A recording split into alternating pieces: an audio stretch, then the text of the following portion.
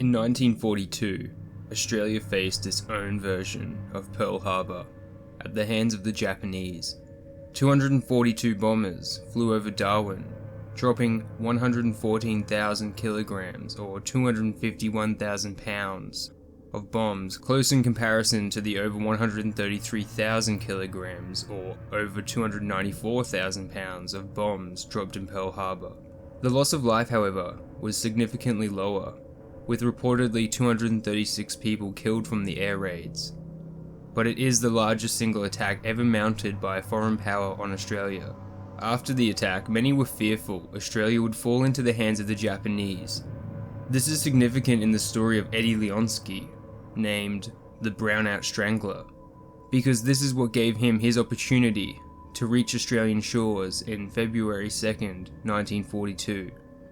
The aftermath of the attack saw an influx of American troops stationed in Australia.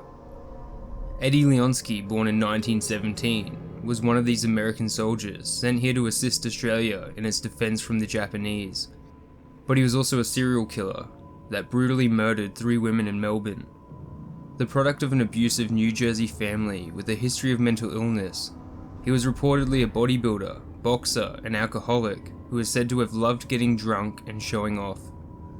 Eddie, however, had a much darker obsession with female voices, and his crimes were an attempt, as he put it, to get to their voices. His crimes were made easier with the brownout declared for the city of Melbourne during the war. A brownout, if you're wondering, is similar to a blackout, but slightly more relaxed, allowing for dim lights. It was his job to prepare breakfast in Camp Pell, a task that he would finish by 10:30 AM, giving him free time to wander the streets of Melbourne. It was in the early hours of May the 2nd when he met his first victim at a tram stop in Albert Park. Ivy McLeod, a woman trying to find herself after a recent separation with her husband.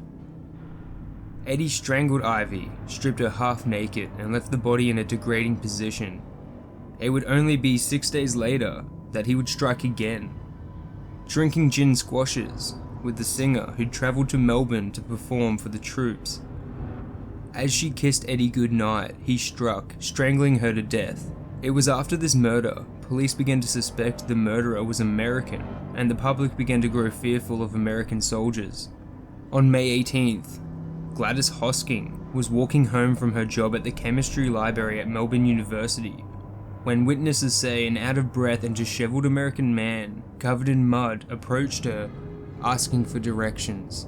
It was the last time Gladys Hosking was seen alive, and prompted further investigations from the police. With descriptions of the man and several survivors, they were able to pick Eddie Leonski out of a lineup as the Brownout Strangler. As an American, Eddie's trial was conducted not by Australian law, but by American military law, and this is where he confessed to the crimes, and was sentenced to death on July 17, 1942. American General Douglas MacArthur personally signed the death sentence, and on November the 9th, Eddie Leonski was hanged in the Victorian Pentridge prison. Eddie Leonski's remains now sit in Section 9, Row B, Site 8, at Schofield Barracks Post Cemetery, on the island of Oahu, Hawaii, a cemetery reserved for prisoners who died in military custody.